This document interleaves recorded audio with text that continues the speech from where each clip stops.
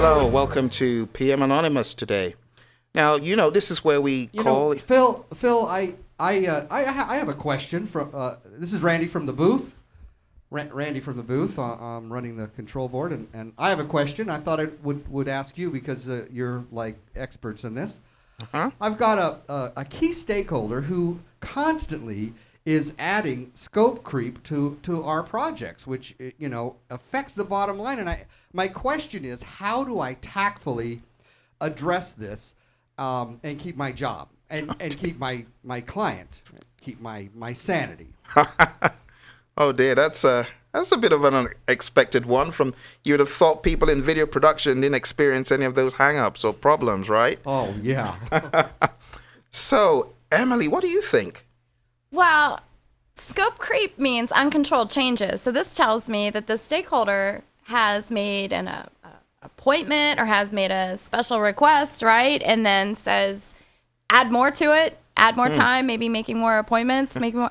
Is that what it is? Well, exactly. We were doing a music video, and the shot was playing the grand piano of his song, and that was great. But then he adds he wants to play it on top of Four Peaks, which is a huge mountain out. So I've got to get a helicopter, get the grand piano up there. And so, yes, that did inherently affect the bottom line. And that's just, you laugh, but I mean, seriously, this happens on all of these projects for this particular person. Oh, my gosh. Well, that is a challenge. And because you have a relationship with them already, they have certain expectations that you'll gold plate, that you'll give them what they want. And that's unfortunate. So are you able to go back and actually stick to your guns a little bit more by saying, well, our agreement is X, and I don't think that I wouldn't want to handle it that way, actually. You know what I would suggest? Yeah. Yes? What I would suggest is do a thorough scope analysis in the very beginning. The PMI, the PMI means the Project Management Institute. So the Project Management Institute talk about product analysis as part of defining scope. So the process of defining scope means that you don't just stop at, I want a chicken sandwich, for example.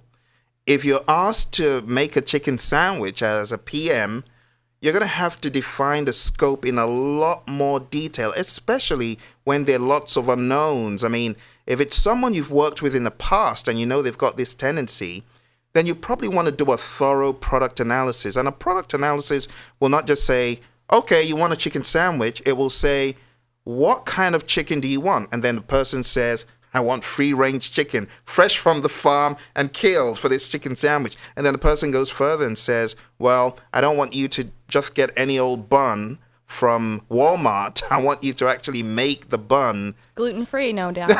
There you go. All sorts of outlandish things could come up in a chicken sandwich. So, if I were you, what I would do is try to understand the full scope of whatever the client wants you to do by defining every single parameter. In other words, you're going to lock them in, right? You're going to get into a lockdown mode of, we've locked down the scope, this is the venue, this is the duration, these are the props, these are the parameters, this is the crew.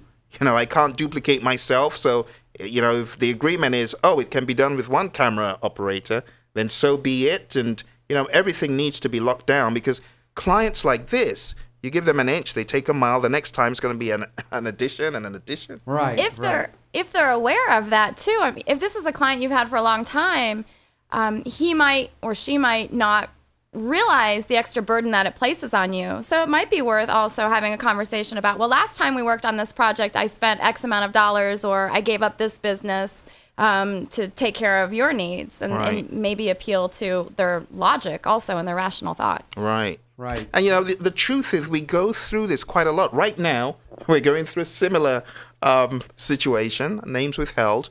But because of a loosey-goosey approach to, I'm glad I've got the business, let's roll with it, sometimes we fail to cross our T's, dot our I's, make the contract as plain as possible, and, cut no corners when it comes to spelling out how much it's going to take.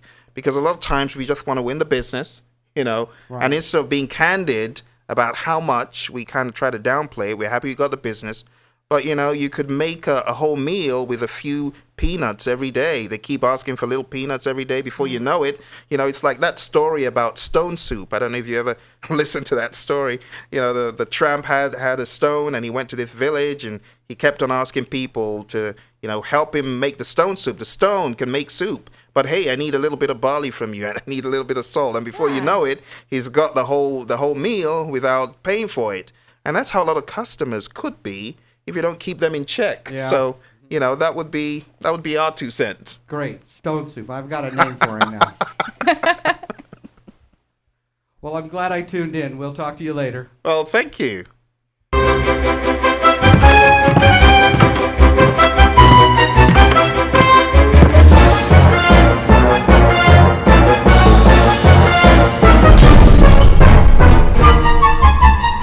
Thank you.